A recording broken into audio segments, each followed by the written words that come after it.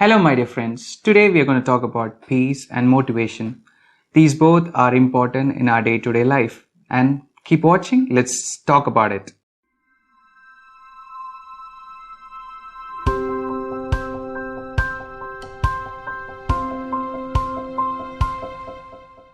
Peace is very much important. You know how much it is important? Many people spend a lot of money on gaining peace. They do meditation and they try new healthy fruits and they think something eating healthy is related to being at peace and all. And can help at times, but today we are going to talk about some of the real legit things that help you to be at peace. And first, and we all think peace is something we gain once we achieve success in life and all. It's not like that. Peace is the daily lifestyle that we have to follow in our day-to-day life. Like if you think, okay, I can have peace once I finish my education, once I have my work, and once I have all the money in my hands, and that's not how it works. It works when you have all the peace, you can achieve anything in this world. And today, like, you have to guard your heart well. And like, what do you think matters the most? And nowadays, people don't think properly, and a lot of social media is there and all. And we go through feeds looking at other people's life and we think they are much better. But in reality, they are much awful than us and worse than us. And we often compare our life with them. The most important problem of losing the peace is that we compare the most. And when we first we compare ourselves to others, then we start thinking how our life would be if we start living like them. And so it is said in Proverbs 4:23, keep your heart with all diligence, for it is the offspring that issues of life. What it means is like, keep your thoughts properly, keep your heart properly, for that is the offspring of life. That helps your life to live and all. When your heart is not with you, when your heart is wandering around comparing yourself to other people's life, it is very much difficult for you to live a proper peaceful life. And this is one of the reasons why you feel demotivated too. And we see other people and we often think, okay, they're doing much better than us and we don't get to do like them. And we often strive to be like them, to get to the perfection, to their level, while we don't even start. And start from where you are. Start now from where you are. You may be imperfect, but God has made you uniquely. And it's much more important that God has made you in this much creative way than being perfect. And we often live our peace in terms of others. And there's a saying which says that, be not the person who falls in the stereotypic definition of a peace, but be the person who redefines peace. What is peace for you? Doing what you like, doing what your passion is. And that is what peace is. And peace, when you have peace, you can achieve anything in life. And when there is peace, there is motivation. When there is motivation, there is action. When there is action, there is success. And you have to keep this in mind and never ever compare yourself with others. And God has different ways for your life. There are millions of ways to solve a problem in life, just like in Max. And so your success can take a different route, but your destination is going to be much beautiful than what you think. And second thing, surround yourself with people that help you grow, not people who demotivate you. Plus, it's much important, people who tell you the truth so that you can step up in each and everything that you do. It's not like people who keep flattering about you and all. That's not much needed, but we need truthful and support to people in our life, which is much important. And third, there is something which I would like to say, and this has helped a lot in my life too. Have no stress about tomorrow. And it's mentioned in Matthew chapter 6:34. What it says is, therefore do not worry about tomorrow, for tomorrow will worry about its own things.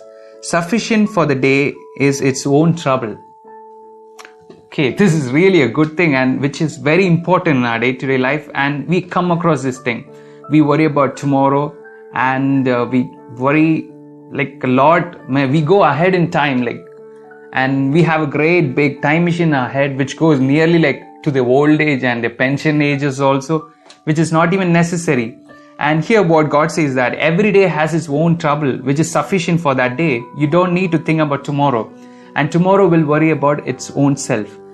And there are certain people who still live on terms of the past, which is also very bad.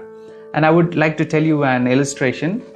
It's about a person who went to a market and he got a dozen of apple, and he came home and he kept the apple, and next day morning he came to have an apple, and he saw all those 11 apples were very good, but one of those apple were like bad. So what he did was he had that bad apple for that day, and the next day when he came, 10 apples were good and one of the apples were getting bad, and he went for the bad one again.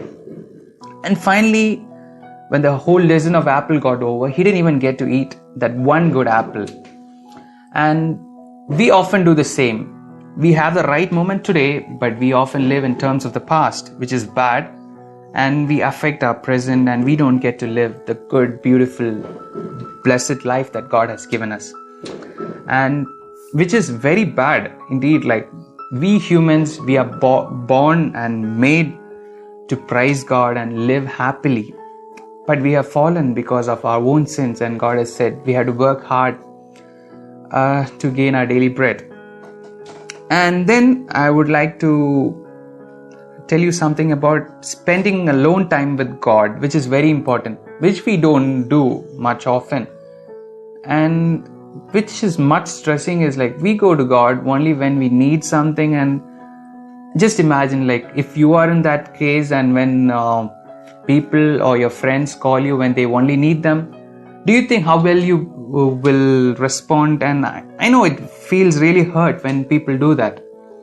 And just imagine, like, one day your friend calls and he asks you for help, and then he wouldn't call for next another year, and then he calls you after 1 year for another help. What would you feel? Just imagine about that. And the same thing happens over here. Don't go to God only when you need Him. Have an intimate relationship with God throughout your life, and have a personal relationship with God. You may have family prayers and group prayers and all, that's all fine, but have a personal, intimate relationship and prayer with God, which will help you refresh your soul and build you up. And final, which is what God said, do not worry too much, because God has already overcome all these worldly problems. And it's said in John 16:33, which is my favorite verse. And in this world you will have tribulations, but be of good cheer. I have overcome the world. What God says here, you will have tribulations, you will have trouble, and all the people bugging you no matter what you do. And God said, be of good cheer. I have overcome this world. And when Jesus was around in this world, He was spreading the good peace and unity among people. But what they accused Him of was, they accused Him that He was creating commotions and chaos among people. And just imagine if Jesus suffered that much, how much, like, who are we? Like, they can blame us for the things that we didn't do. And when you go stop people from fighting, they can tell all the commotions and chaotic situation is all because of you. And be at peace, because God has already overcome this world, and He will never give you much more than what you can bear. And when you are purified through this fire, through these tough situations, you will come out as a pure gold, and God is with you. And even during this pandemic time, stay strong, stay motivated. Wake up every day, read Bible, do your daily chores, and don't just lie down swiping through those feeds that give you no aim in life and all. And most importantly, like, the most important cause for demotivation is that when you do something without aimlessly, that's what causes demotivation. For example, you go through feeds. You don't expect to get anything from that. You just go through it. You don't know what comes next. You like swipe, oh my God, this guy has got good pictures, good video, funny video, fine, that's nice. But you do not know what is coming next. You go about aimlessly. When you have an aim in life, when you have certain aim in life, no matter how hard your life is, you will know for sure that you're working for something that is going to help you in life. And all the struggle will make sense. But all the other things that you do, going through feeds and all, and it has no sense in life and has no help to you.